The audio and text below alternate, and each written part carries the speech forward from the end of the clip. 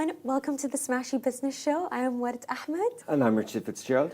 And today it's the 26th of February. It's the last day of Web Summit. Richard just came back from it. And so for today's topic, obviously, firstly, all about Web Summit. Secondly, we're going to tell you about this Saudi IT firm, MIS, and how they've sold their stake in OpenAI and made incredible profit out of it.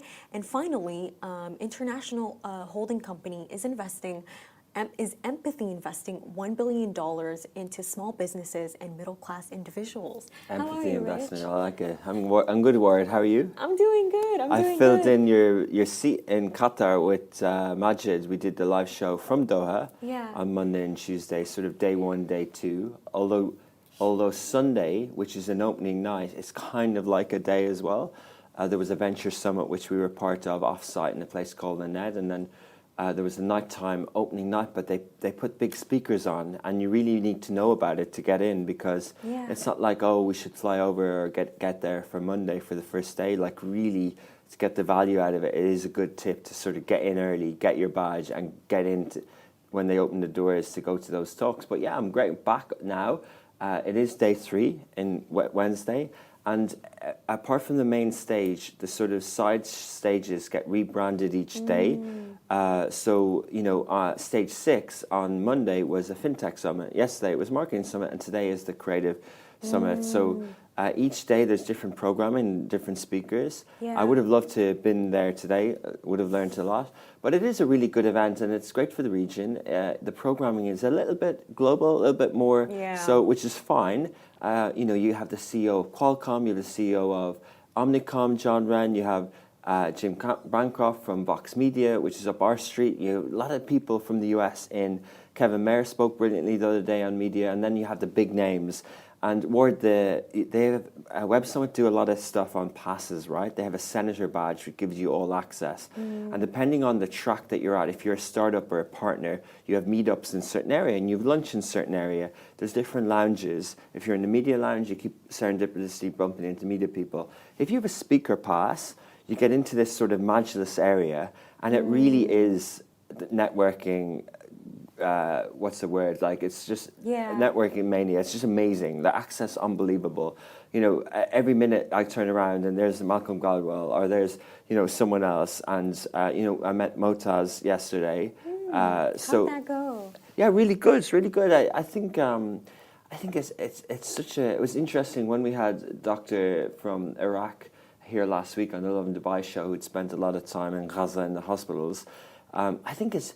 And also, I met Palestia at a 1 Billion Follower Summit. There's definitely something different about meeting people who have become, and I'm sure it's similar when people meet, say, Greta Thunberg or whatever, but when you meet someone who has fame online through troubles, per se, or through activism or cause-related, I just see something different in their eyes. It's different to meeting an influencer or a Mr. Beast or... there was the guy yesterday, what's his name? The guy from Switzerland who's big on TikTok, guy with the hair with the face, who does the face thing.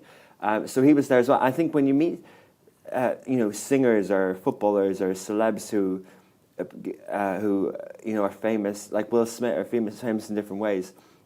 I just, I don't know, maybe it's just me, but I just saw a lot of, their eyes just looked, that they've seen a lot of death, and it just they couldn't really celebrate the fact that they're alive and they're here, and also that they're receiving attention. Like, they're not sort of like they're not hustling, they're not networking, they're not trying to sell products. They're not really what we're used to as influencers, even though they have a lot of followers and they have probably real influence. But and I think I think they've come in a way where they're not politicians. They're young. They're in their 20s, and they haven't sort of come into the limelight. But people want them to be. It's so interesting that you said this, Rich, because I remember at SEF, I met Plastia Al-Aqad, and I remember I did an interview with her and everything, but I didn't want to publish the interview whatsoever, because when I was speaking to her, it's like in that moment, I just felt that this person, they were so affected by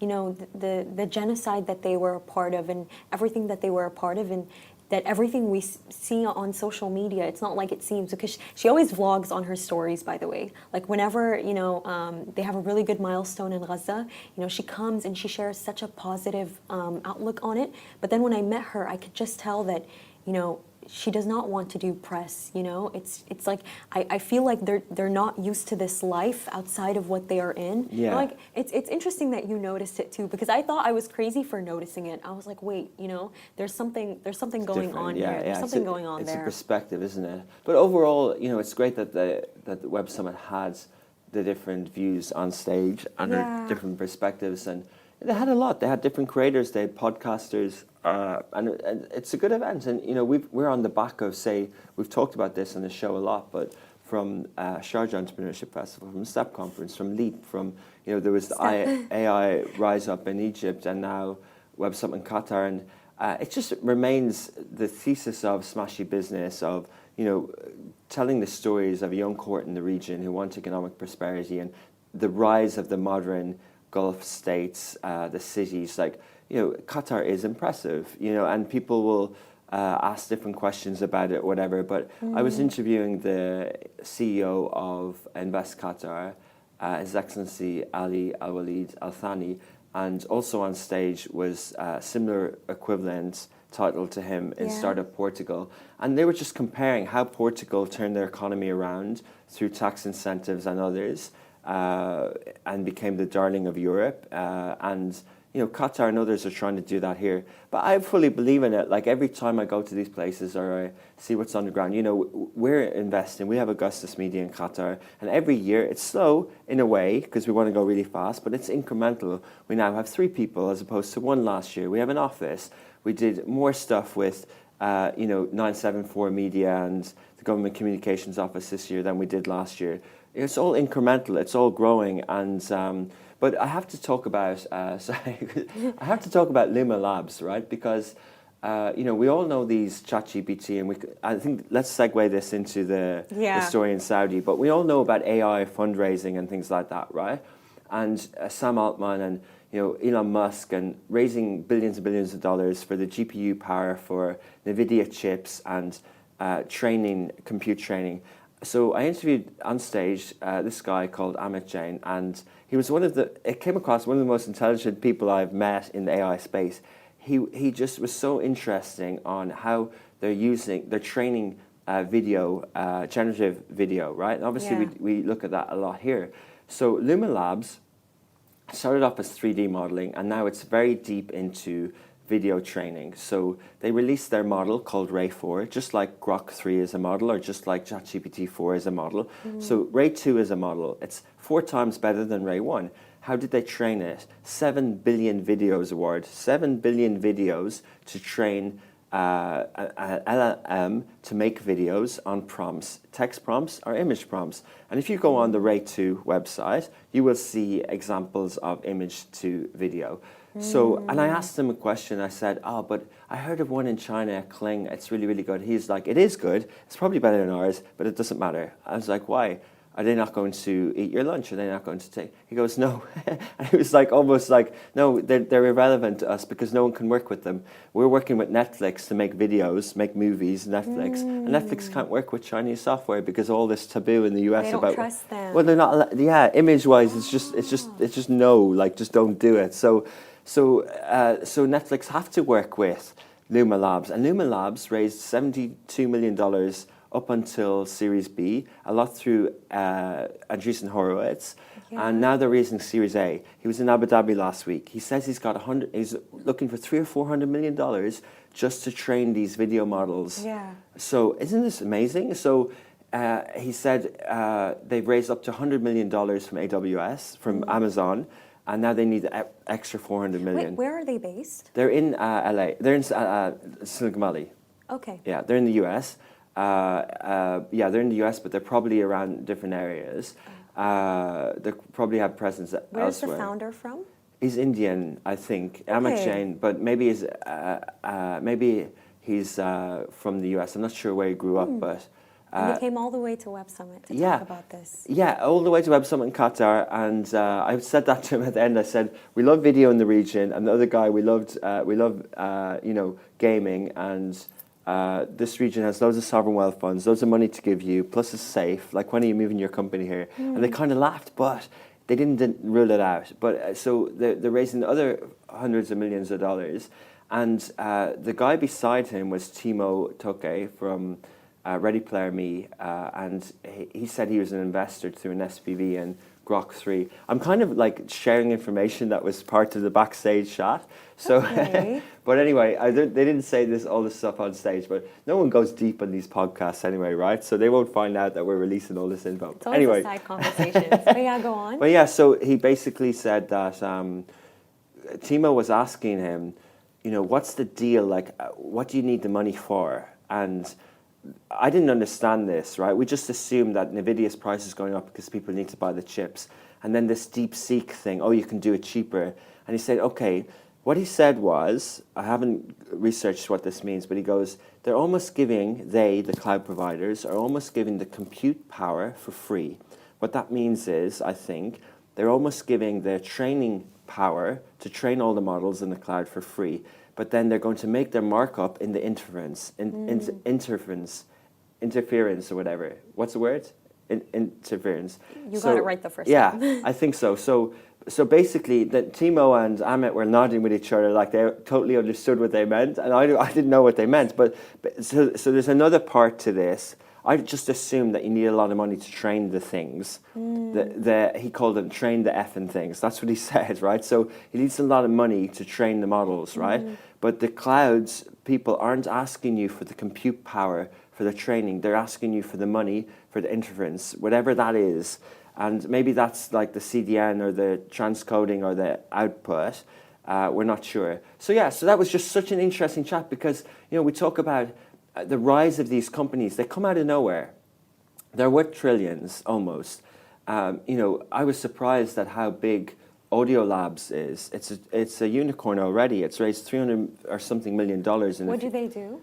So that's the one that we use for your cloning and the voice for the podcast. So Smashi Entertainment Show, done with Ward Ahmed, is done through, it's Audio Labs, right? That's the software. I believe so. Yeah, and so in a few months, I asked them, when will video be as fast as, what we're doing on ChatGPT and Grok 3? And he was like, we're getting there, end of year or whatever. So, and if Netflix are talking to them to make movies with AI computing power, what way is the world going? But this is what I mean, and this is why I believe that, the Saudi IT firm MIS, they sold their stake in OpenAI. So essentially, MIS, they sold their stake in OpenAI for $8 million.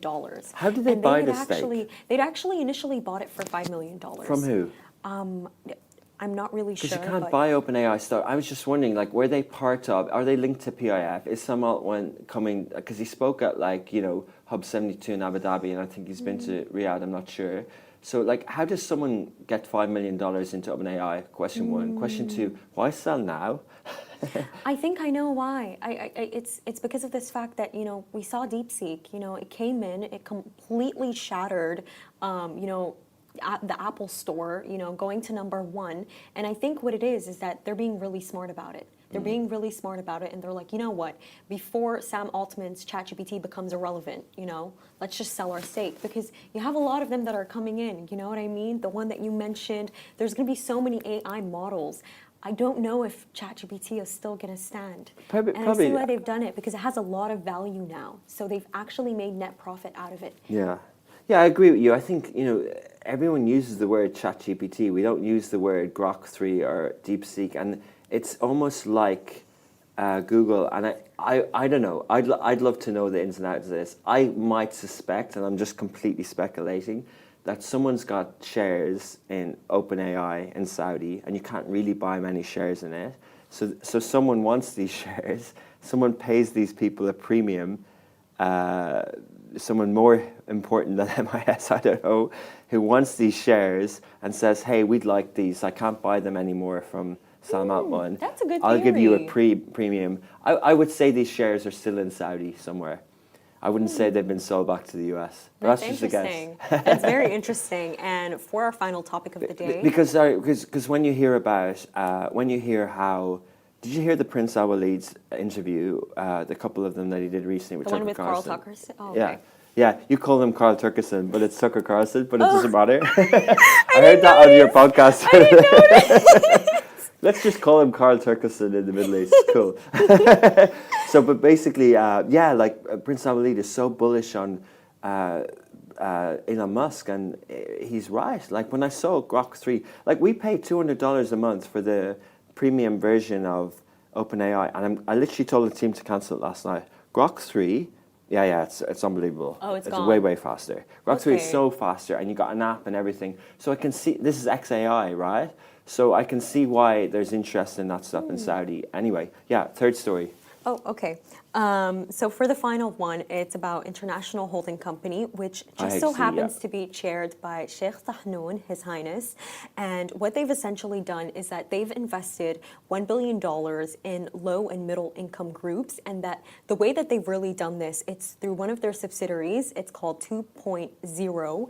And basically this entire investment, it's going into financial services.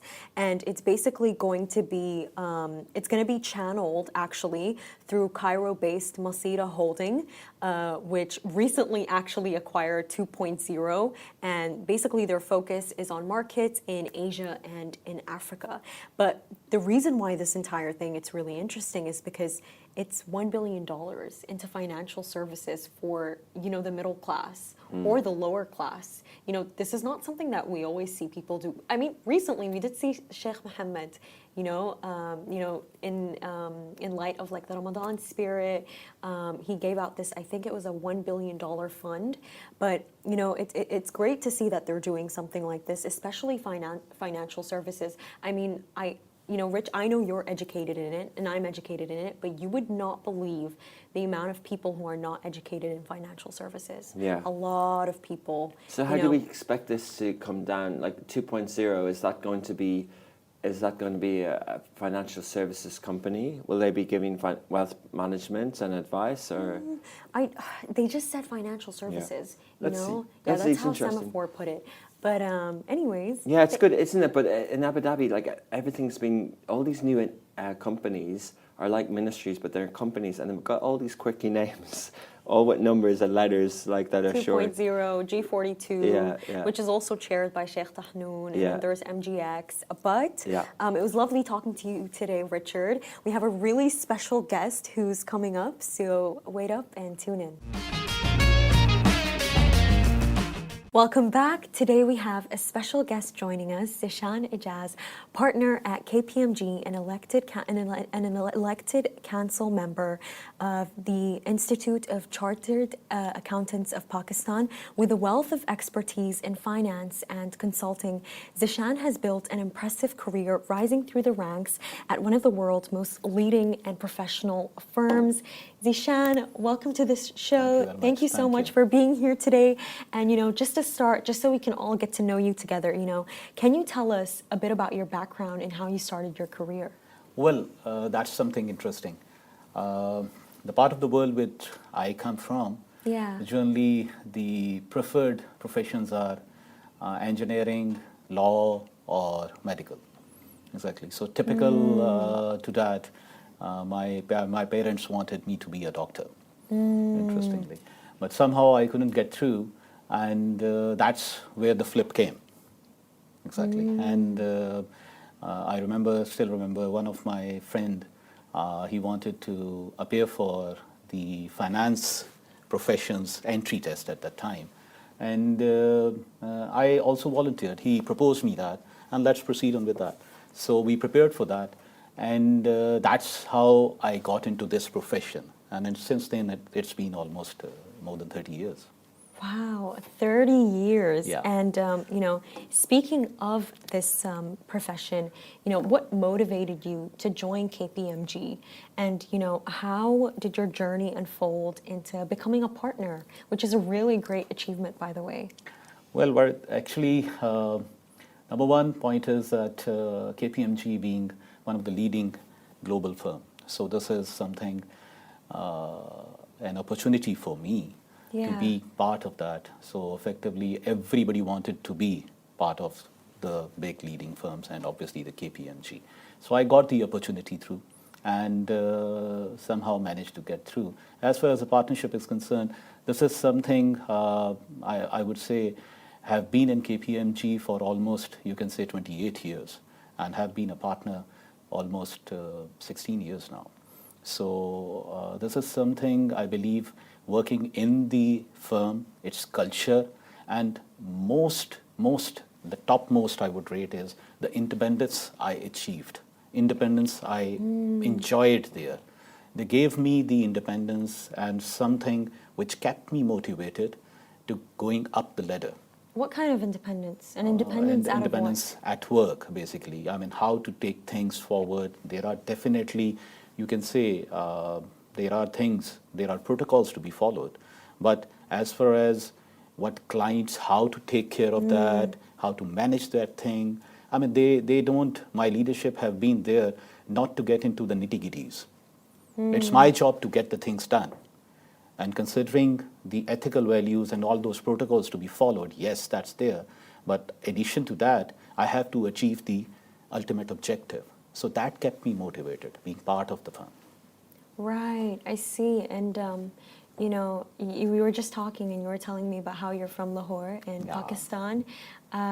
You're based here now, right? No, I'm based in Lahore, Pakistan. I've been moving around quite a lot. You've been moving, and do you enjoy moving around? Oh, I love that. Really? I really love that. Oh, that's so interesting. I mean, I've been telling my colleagues that it's more like I'm based in Lahore, but it's more like past year or so, it's been like visiting Lahore. No, instead of most of the time I'm moving around. What feels like home to you? Sorry? What feels like home to you? It's wonderful.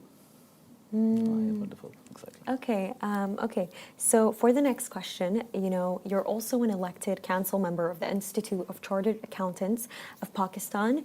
Can you please share your journey about that? Well, it's slightly different, a bit challenging, I would say. But the important part I would really like to highlight, it's more related to giving back to the profession, my profession, chartered accountancy, the finance field. So coming to your point that what keeps me motivated, I would say the support I've been getting from my fraternity, my members, that's the point which ultimately keeps me motivated. And the support is ultimately for the betterment of the fraternity and the institute.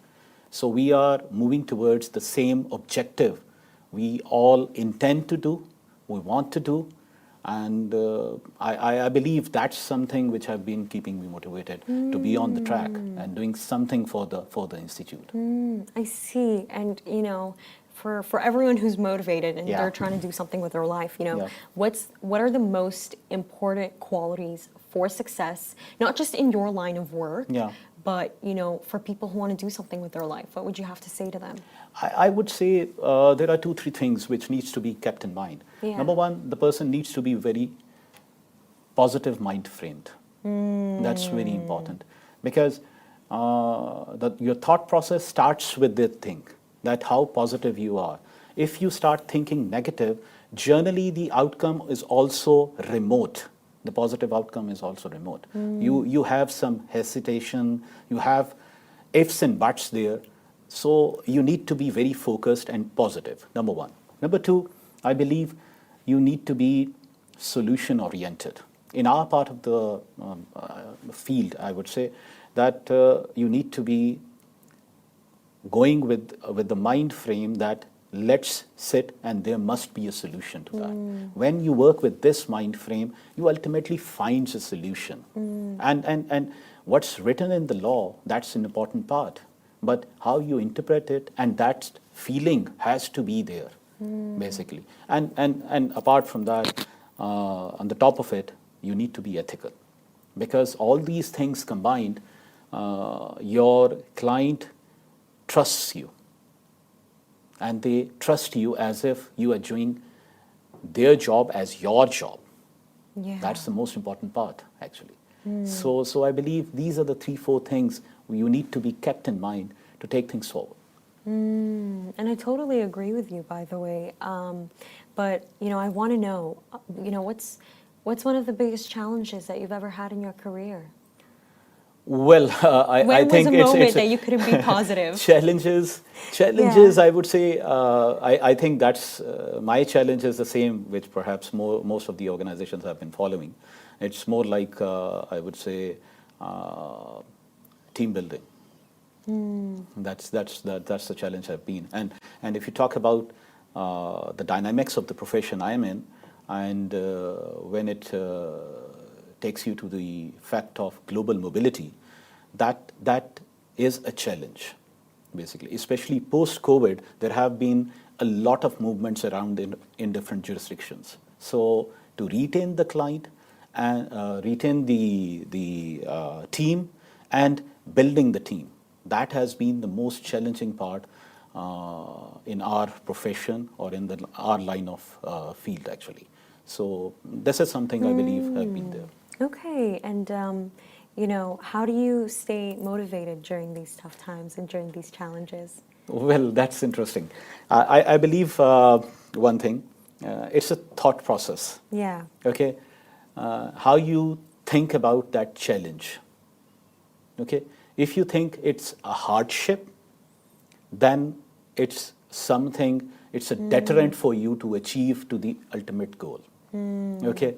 On the other hand, if you start thinking about it in a manner that, yes, it's a challenge, but it comes with the opportunity. So I believe those challenges, taking it as a way to the opportunity, that keeps me motivated. So the more the challenge, anything new coming up in life keeps me motivated. So you look forward to things. Exactly. You always find something to that look keep forward me motivating and energetic, I would say. Okay, and the career that you've had, it's been pretty impressive. But what's a turning point or milestone that shaped your entire career in a really significant way? I doubt there is any specific milestone or a changing point for me. There have been a lot of changing points, and as I mentioned earlier, that a change keeps me motivated. So I need something to be happening in my life at certain time period to keep me motivated. So, I mean, if I start, my parents wanted me to be a doctor. I wanted to be a doctor. But perhaps that's where I started and came into the profession of finance and business. That's one turning point, you can say. Okay. Then throughout the career journey, there have been slight different points where either I have been moving around to taking things to the regional level. That keeps me motivated. Something new coming at the regional level, representing the firm at the regional level. And then lately, you can say, I contested the institute selections 2021. So these are the things, turning points in my life, keeping me motivated and keeping me going forward with the same energy. And that energy that you're speaking about, it's so interesting because I feel like you'd have really good input for people who want advice on how to maintain a work-life balance. How do you do it, especially with the kind of career that you have? I mean, I study accounting and finance. Okay. Yeah, it can be pretty much of a sit in the desk situation. Yeah. What advice do you have to people who want advice on that? Well, to tell you the truth, I seriously disagree with the concept of work-life balance. The reason being, it's practically impossible.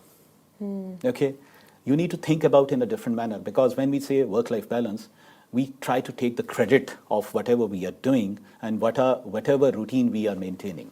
Exactly. Actually, it's not the case. You need to go back and think about it in a manner that the credit goes to the people around you, your family, your friends, your colleagues. Ultimately, somebody have to somehow sacrifice something to make you successful. We take credit of work-life balance, but you also contribute something, but everybody contributes something. So I don't know, but there is no thing like work-life balance. Practically, it is something ultimately everybody has to chip in something to make you possible to go to your ultimate goal.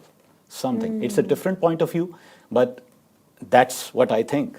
No, I don't think it's a different point of view. I think you're right in a sense. I think, people who say that they just, they just work 9 to 5, Yeah, or they just, exactly. if you really love the job and you want to put that, that extra step Correct. forward, Correct. there needs to be more on your part. There always needs to be more on your part. You need to be smart enough to how to tailor those things. You might be needing, for example, you want to meet the friends at a certain time, okay?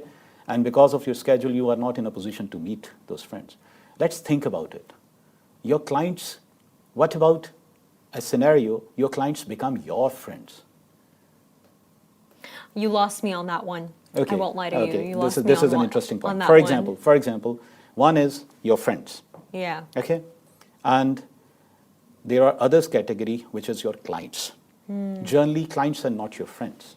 Yeah. Okay, so what you think you built up the relationship in a manner that your clients also become your friends.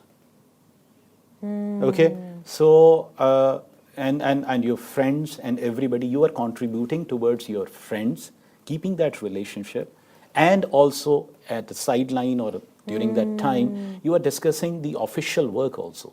So same goes for your family Yeah. and something. So I think it's very I see what you different. mean. Yeah, It's I see what different. you mean. I think even with clients, in fact, when you're actually a genuine friend with them, Yeah. you don't have to go and pitch. They'll come to you. They come to you. Exactly. Exactly. And it's all about trust and comfort.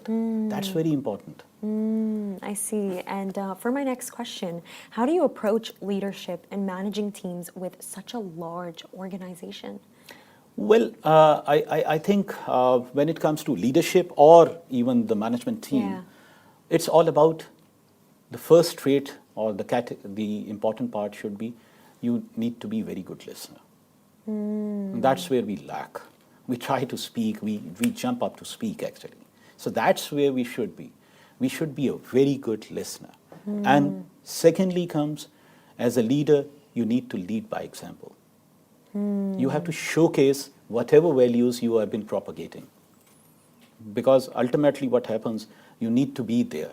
And thirdly, I believe when it comes for the team, not only you need to be there for the team, you need to be motivating the team, incentivizing the team.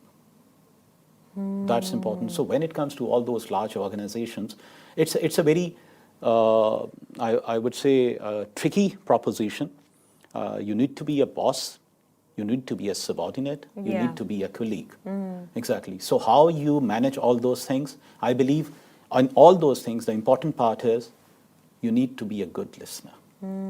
And you need to be a very good person in the sense leading by example. It's really interesting that you say that because, something that my family always tells me is that if you notice, we have 2 ears and we have 2 eyes. Correct. And we actually have 1 mouth. Yes. And so, the point of that is that, you're meant to listen more than you actually speak. Exactly. So I think, you made a really good point there. And, can you've told us all about KPMG and your success there, but, what's actually a specific project or achievement that you're really proud of?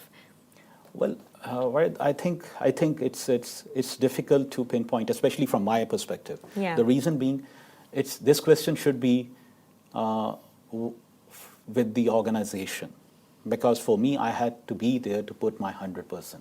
And frankly speaking, this is something. It's asking a question to a mother, which child you love the most. So effectively, every time I have been trying to contribute, whether it's KPMG or whether it's the institute, my new, I would say, Yeah. contribution too. So I think it's something coming from those organizations, whether it's KPMG or the institute, that what are the things they have, Zishan Ijaz have done to come up to that level. So I have a different point here, that it should be coming from the organization instead of myself Yeah. propagating that I did this, I did this, I did this. Because I did something good, Humble. that's why I'm sitting at that status. And for that, there should be a series of things you have to put in 100%. Yeah, and just for our final question of the day for everyone, what is advice that you have for young professionals? Wow. What's something you can say to a young professional like me? I think I have a lot. Go on, tell us. I believe few things I would like to highlight. Number one, I think there has to be a purpose in the life. Without purpose, you can... What's your purpose? You never actually said what it is. Yeah, you are right, exactly. No, seriously, like what's your specific purpose? Like why do you do everything that you do? I think I have been doing those things, and purpose changes with as you move on. What is it now? It varies actually. As of now, as I rightly pointed out, from the institute perspective, I want to make a difference. Okay, something good for the institute. As far as my organization is concerned, that's KPMG. ठीक है. I believe that's something where nobody steps up. I need to step up. Everybody hesitates. I should take the responsibility. I should be there for the organization, ultimately. So coming from your purpose, that's there. The other part is there has to be proper planning for that purpose. Because we do that, but we somehow diverge ourselves into different things and become negative in the sense, what if we are not going to do that? That should be there, but has to be with the positive intent. That brings me to the third point. Yeah. You need to be very much positive on things. Yeah. Because positive intent has to be there. Has to be there. Lastly, I believe the passion. If you don't have the passion, you might have a purpose, you might have a planning, you might be positive. Yeah. But you won't be achieving your ultimate goal. But don't you think it's also all discipline? Because listen, for the most part, I am a very passionate person, but I think that every single day, giving that more than 100% that you discussed, that requires discipline. That requires discipline, and apart from that, the feeling that you enjoy what you are doing. There has to be a motivational factor. It's not necessarily always things like your increments, bonuses, or promotions. It has to be something, some goal, like you want this to be done.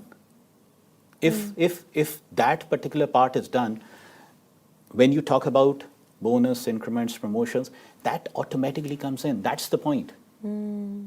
So I believe these have to be there. And another thing I would like to highlight, you need to be persistent. It's not necessarily that you are always going to achieve what you want to achieve.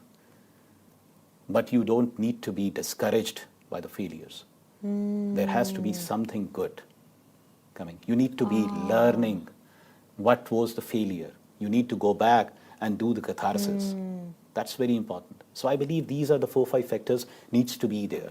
Ultimately, when you have the ability to take a responsibility, ability to make a difference, then you have the responsibility to do so. Exactly. That's the important part. Okay, that was really insightful. Thank you so much for coming here problem. today, Zishan. Thank you very much for having me. Seriously, that was a learning experience to hear everything that you had to say. I'm sure everyone feels the same way too. And with that being said, thank you so much for watching, everyone. This is Smashi Business Show, a Smashi Business production under the Augustus Media Podcast Network. Do make sure to follow our newsletter on Smashi TV, and see you tomorrow.